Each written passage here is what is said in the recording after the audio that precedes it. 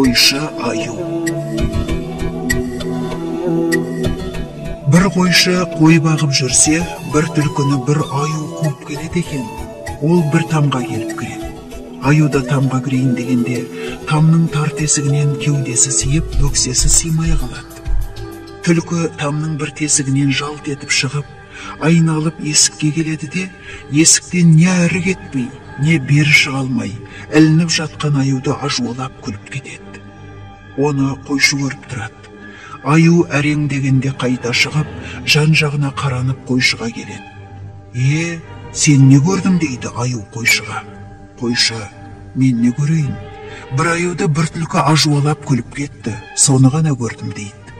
Аю ашуланып, егерде осыны біреу айтсаң, сені жеп қоямын дейді. Қойшы, ойбай, ендеше айтпаймын дейді. Жарайды, әйтеуір айтсаң өлесің деп аю кетіп қалады. Кешке ауылға келген соң, қойшы оны ауылдағыларға айтады. Ауылдағы бала-шаға естігендерін өлең қылып айтып ойнап жүреді. Мұны аю естіп, ыза болып, ертеңіне қой жайып тұрған қойшыға келіп, сенің адамға айтпаймын дегенің қайда? Енді сені жеймін дейді. Қойшы, 3 күнге рұқсат бер, үй ішіне ағайын туысқаныма қоштасып келейін дейді. Жарайды, 3 күнге рұқсат бердім деп аю кетіп қалады. Қойшы далада жылап отырса, түлкі келеді. Қойшым, неге жылап отырсың дейді. Қойшы, ойбай, осылай да осылай, бәрі сенің кесірің, енді өлетін болдым дейді. Түлкі, ойбай, үндеме, аюдан құтылатын амалым мен табайын, не бересің дейді. Қойшы қуанып, ойбай, не қаласаң соны берейін дейді.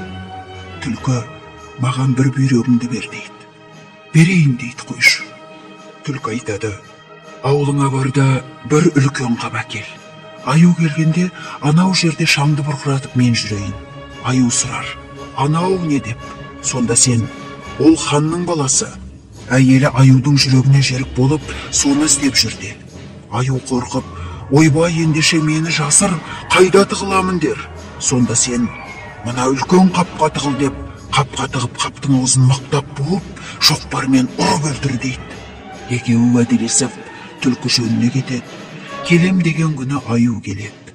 Аю қойшымен сөйлесіп, енді жеймін деп тұрғанда, алыстан бұрқылдаған шаңды көреді.